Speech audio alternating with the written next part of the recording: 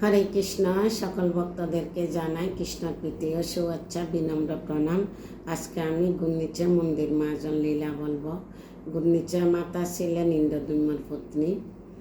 যখন ইন্দ্রদ্যুম্ন মাধবের দর্শন না পেয়ে আত্মহত্যা করতে চেয়েছিল, শ্রী জগন্নাথদের স্বপ্নতে আসি বলল, তুমি চিন্তা করো না, আমি দারু ব্রহ্মরূপে আসি জগন্নাথ রূপে লীলা করব। তো তিনটা কাঠবাসী আসছিল, ওই লীলাগুলো আমি আগে বলছি, একটু একটু মনে করে দিচ্ছি। এই তিনটা কাঠ দিয়ে তিনটা বিগ্রহ তৈরি করতেছিল। তো তখন সত্য দিয়েছিল সূত্রধর, এটা জগন্নাথ দেব। 21 দিন পর্যন্ত দরজা খুলতে পারবে না, ওখানে শুধু আওয়াজটা শুনবে। তো 15 দিন পর্যন্ত আওয়াজ শুনছে, আর আওয়াজ যখন শুনতে পারতেছে না, তখনই গুন্নিচা মাতা কান্নাকাটি করতেছে, কিছু হয়েছে তুমি দেখো। তখন ইন্দ্রদ্যুম্ন রাজা যখন দরজা খুলে দেখলো, তখন দেখতেছে ওখানে সূত্রধর নেই এবং জগন্নাথ বলদেব হাত পা অধুরা রয়ে গেছে। এরপরে কান্নাকাটি করতেছে, আমি অপরাধ করছি, আমি প্রাণ ত্যাগ করব। আবার জগন্নাথ স্বপ্নতে আসি বলছে, ইন্দ্রদ্যুম্ন তুমি অপরাধ করো নাই, আমি এই রূপে জগতে প্রকট হব। তারপর এরপরে স্বপ্নতে বলছে, তুমি ইন্দ্রদ্যুম্ন বলল, তাহলে তোমার কাছে আমি বর চাচ্ছি। বলছে তুমি মন্দিরে 3 ঘন্টা দরজা বন্ধ থাকবে, বাকি টাইম তুমি দরজা খোলা থাকবে, যেন সবাইকে কৃপা করো। তখন জগন্নাথ দেব বলছে, যথার্থ, আর তোমার হাত শুকাতে পারবে না, সারাক্ষণ ভোজন চলতে থাকবে, তাও যথার্থ। তারপর জগন্নাথ দেব বলল, তোমার জন্য বর চাও।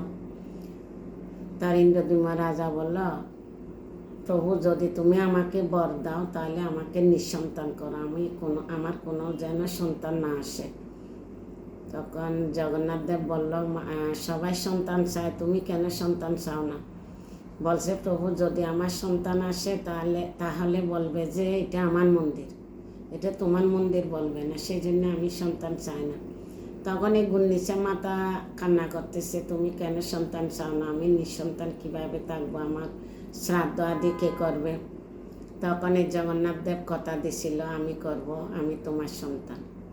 এই জগন্নাথ দেব এই গুন্নিচা মহাজন মানে মন্দিরটা পুরো বছরে পুরো টাইম বন্ধ থাকে, এই রথের যাত্রার আগের দিন খুলবে, ওই দিন মন্দির পরিষ্কার করবে, মন্দির মার্জন করবে। এটা হচ্ছে যে গুন্নিচা মন্দির মার্জন। এই 9 দিন মন্দিরের দ্বার খোলা থাকবে, জগন্নাথ বলদেব সুভদ্রা মাইয়া থাকি ওখানে লীলা করবে, ভক্তবৃন্দরা আসবে, কৃপা করবে। এটা হচ্ছে যে গুন্নিচা মন্দির মার্জন লীলা। এবং এই লীলাটা চৈতন্য মহাপ্রভু 200 ভক্ত নিয়ে এই মন্দির মার্জন লীলা করছিলেন। কোথায় থেকে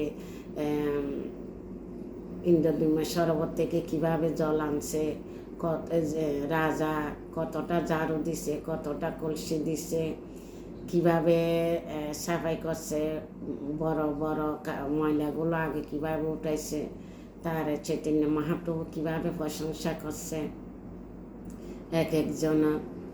তো এই লীলাটা শেষ পর্যন্ত শ্রবণ করবেন। কেন জগন্নাথ এবং গুন্নিচা মাতার অদ্ভুত লীলা, শুদ্ধ বৈষ্ণবে যদি লীলা শ্রবণ করেন তাহলে আপনাদের কাছে গুণমহিমা আসবে। আমাকে কৃপা আশীর্বাদ করবেন, আমি যেন আপনাদেরকে শুদ্ধ বৈষ্ণব এবং ভগবানের গুণমহিমা, সব লীলা গুণমহিমা আপনাদের কাছে প্রকাশ করতে পারি। হরে কৃষ্ণ।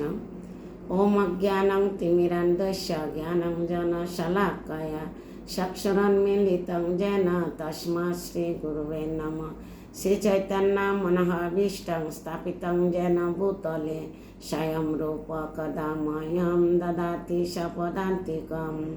বন্দেহং শ্রীগুরু শ্রীযুতপদকমलं শ্রীগুরুन् বৈষ্ণবাংশ শ্রীরূপं সাগ্রজাतं সহগণ রঘুনাথं বিतं तं সজ্জীবम् সাদ্বৈতং সাবধূতং পরিজনা সহিতং কৃষ্ণ চৈতন্য দেবং শ্রী রাধা কৃষ্ণ পাদান সহগণ ললিতা শ্রী বিশাখানিতং স হে কৃষ্ণ করুণা সিন্ধু দীনবন্ধু জগৎপতে গোপেশ গোপিকা কান্ত রাধাকান্ত নমস্ততে তপ্ত কাঞ্চন গৌরাঙ্গী রাধে বৃন্দাবনেশ্বরী বিষবানুসুতে দেবী প্রণমামি হরিপ্রিয়ে বাঞ্ছাকল্পতরুভ্যশ্চ কৃপা সিন্ধুভ্যেব চ পতিতানাং পাবনেভ্যো বৈষ্ণবো নমো নমঃ।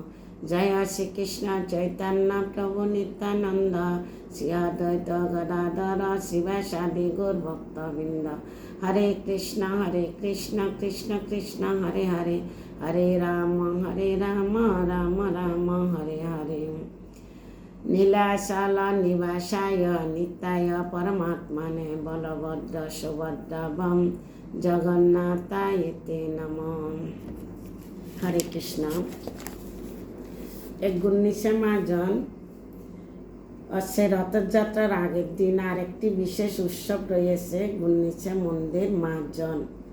বিভিন্ন কারণে এটি চৈতন্য লীলা খুব গুরুত্বপূর্ণ অংশ বলে বিবেচিত হয়। পুরী শ্রী মন্দিরে জগন্নাথ অবস্থান করেন। রথযাত্রার সময় তিনি গুন্ডিচা মন্দিরে যান। এটা অনেক ছুটির সময় আমরা যেভাবে বেড়াতে যাই ওইটা ওই রকম লীলা। গুন্ডিচা মন্দিরটি কয়েক কিলোমিটার দূরে অবস্থিত এবং বহু তাল গাছ, আম গাছ, কাঁঠাল গাছ, নারিকেল গাছ সমন্বিত বাগান। একটা বাগানের মধ্যে এই মন্দিরটা সদৃশ্য ছোট একটা মন্দির। জগন্নাথ পুরীর মন্দির 21 তলা উঁচু, কিন্তু গুন্ডিচা মন্দির 3-4 তলা উঁচু। গুন্ডিচা মন্দির বৃন্দাবনের প্রতিনিধিত্ব করে আর জগন্নাথ মন্দির দ্বারকায় প্রতিনিধিত্ব করে। তাই রথযাত্রা জগন্নাথ দ্বারকা থেকে বৃন্দাবনে যান। রথযাত্রা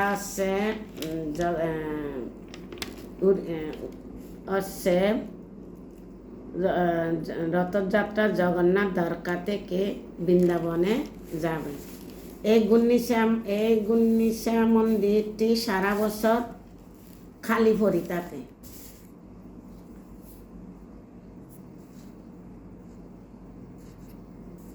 খালি পড়ে থাকে শুধু বছরে 9 দিনের জন্য জগন্নাথ সেখানে অবস্থান করেন।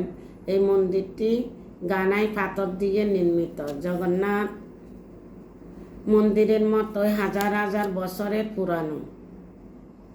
পাথরের বড় বড় ফাটল দেখা যায় এবং এর মধ্যে ময়লা আবর্জনা জমা হয়। তাই প্রতি বছর শ্রী চৈতন্যদেব ভক্তদের নিয়ে গিয়ে সেই মন্দির মার্জন করতেন। ভক্তি জীবনে পারমার্থিক পর্যায়ে আমাদের প্রধান লক্ষ্য হওয়া উচিত কৃষ্ণকে আমাদের হৃদয়ে স্থাপন করা, আর এজন্য যতটুক সম্ভব আমাদের চেতনাকে মার্জন করতে হবে। গুন্ডিচা মন্দির মার্জন হচ্ছে আমাদের হৃদয়কে মার্জন করা।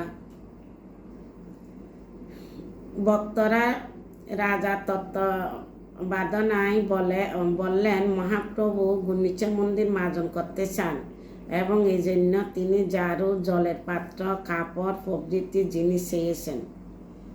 তখন রাজা মন্দির মার্জনের আগের দিন 100 ঝাড়ু আর 100 জলের পাত্র পাঠিয়ে দিয়েছিলেন। গুন্ডিচা মার্জনের দিন সকালে ভক্তরা এসে সমবেত হলেন। তখন মহাপ্রভু তাদের সবার কপালে গায়েও চন্দন দিলেন। এর মধ্যে আমরা দেখতে পাই মহাপ্রভু তার ভক্তদের প্রতি কত কৃপাময় এবং অন্তরঙ্গ ছিলেন। তিনি নিজের হাতে তাদেরকে চন্দন লাগিয়ে দিলেন। তারপর প্রত্যেকটি একটি করে ঝাড়ু হাতে দিয়ে গুন্ডিচা মন্দিরের দিকে রওনা হলেন। মন্দির মার্জন করার সময় প্রথমে তারা সারা বছর ধরে জমা থাকা বড় বড় ডাল, পাতা আর পল্লব তুলে ফেলছেন। তারপর তারা ঝাড়ু দিয়ে ছোটোখাটো ময়লা আর পাথরের টুকরো পরিষ্কার করতেন। তারপর তারা ঝাড়ু দিয়ে ছোটোখাটো ময়লা আর পাথরের টুকরো পরিষ্কার করতেন। তারপর তারা জগন্নাথের সিংহাসন, ওখানে সিংহাসনটা সারা বছর থাকে, ওইটা সরাইয়ে ভালো মতো পরিষ্কার করলেন। এরপর সবাই মিলে ময়লা আবর্জনা একক করে স্তব করতে লাগলেন। আর মহাপ্রভু বললেন একটি প্রতিযোগিতা করা যাক, যে যত বেশি ময়লা সংগ্রহ করে বাইরে নিয়ে ফেলে আসতে পারবে, আমি বুঝবো সে বেশি কাজ করছে। শ্রী চৈতন্য মহাপ্রভু ভক্তদেরকে কিভাবে উৎসাহিত করছেন।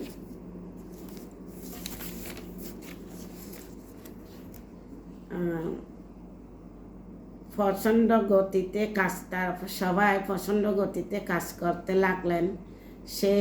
যে তার জমা করা ময়লা স্তব্ধ, অন্য সবাই জমাকৃত ময়লা মোট পরিমাণের চেয়ে বড় হয়ে গেল। যখন সব কিছু একবার ঝাড়ু দিয়ে পরিষ্কার করা হয়ে গেল, তখন দ্বিতীয় ধাপ শুরু হলো। প্রথম বড়গুলা নিচে বড় পরিষ্কার করার পরে এবার ছোটোগুলা কিভাবে পরিষ্কার করতে শ্রবণ করেন। প্রথম ধাপে ধাপে বড় বড় আবর্জনা পরিষ্কার করা হয়েছিল এবং দ্বিতীয় ধাপে ক্ষুদ্র ক্ষুদ্র ধুলোবালি ঝাড়ু দেওয়া হলো। দ্বিতীয় ধাপ শেষ হলে তৃতীয় ধাপ জল নিয়ে আসা হলো। এবার জল দিয়ে দ্রুতগতির জল তারা অনেকগুলো কলসিতে জল ভরে পুরো গুন্নিচা মন্দিরটি পরিষ্কার করলেন। সর্বশেষে যখন মন্দিরটি পুরোপুরি পরিষ্কার দেখাচ্ছিল, তখন মহাপ্রভু ভিতরে গিয়ে আঙ্গুল দিয়ে ছোট ছোট পাটার মধ্যে জল জমা থাকার ময়লাগুলো পরিষ্কার করলেন। এরপরে চৈতন্য মহাপ্রভু হাত দিয়ে দেখতেছে কোনো ময়লা আছে কিনা। এটা দিয়ে আমাদেরকে শিক্ষা দিচ্ছে আমরা হৃদয় যেন নিট অ্যান্ড ক্লিন পরিষ্কার রাখি মতন। গুন্নিচা মন্দির থেকে প্রায় 300 মিটার দূরে ইন্দ্রদম্য সরোবর। কত দূর থেকে জল আনতেছে দেখেন। ভক্তরা মন্দির থেকে সরোবর পর্যন্ত সারিবদ্ধভাবে দাঁড়িয়ে সেই সরোবরের জল কলসিতে ভরে হাতে হাতে মন্দির পর্যন্ত পৌঁছালেন। মহাপ্রভু এবং কয়েকজন ভক্ত মিলে সে জল মন্দিরের ছাদে, দেওয়ালে এবং মেঝেতে ছিটিয়ে দিতে লাগলেন। কেউ জল ঢাললেন আর কেউ ঝাড়ু দিয়ে জল টেনে নিলেন। কখনো কখনো তারা মহাপ্রভু চরণ পদ্মে সামান্য জল ঢেলে দিতেন আর সেই চরণামৃত চুপি চুপি পান করতেন। কোনো ভক্ত চরণামৃত পেলে অন্যরা চাইতেন আমাকে একটু চরণামৃত দাও। তখন তাদেরকে ভক্তরা কৃপা দান করতেন। মন্দির মার্জনের সময় মহাপ্রভু অন্যদেরকে উৎসাহ দিতেন, তোমার কাজ তো খুব সুন্দর, দেখো সে কীভাবে পরিষ্কার করছে, তুমি তার মতো সুন্দর করে কেন করছো না? তুমি চাইলে এসে ভালোভাবে পরিষ্কার করতে পারতে।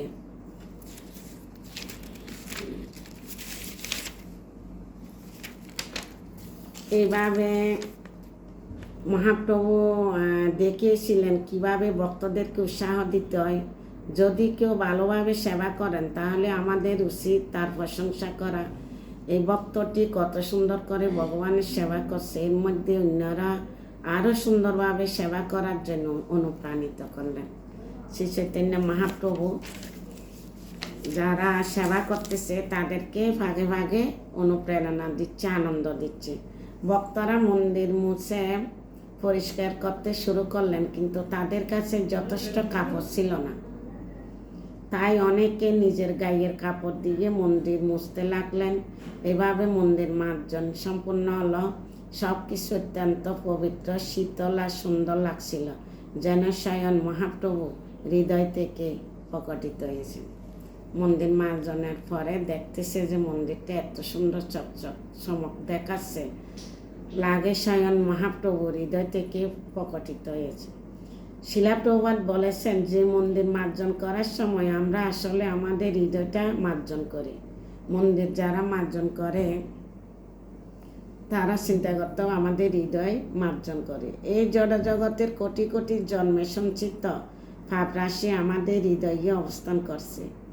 মন্দির মার্জন করার সময় আমরা আমাদের হৃদয় থেকে যে ময়লাগুলোকে পরিষ্কার করি, হৃদয় থেকে কলুষতা দুর্বৃত্ত হলে স্বাভাবিকভাবে আমরা আনন্দ লাভ করি। প্রকৃত স্বরূপে আমরা আনন্দময়, তাহলে আমরা আনন্দ পাচ্ছি না কেন? এর জন্য দায়ী আমাদের হৃদয়ের কলুষতা। হরে কৃষ্ণ।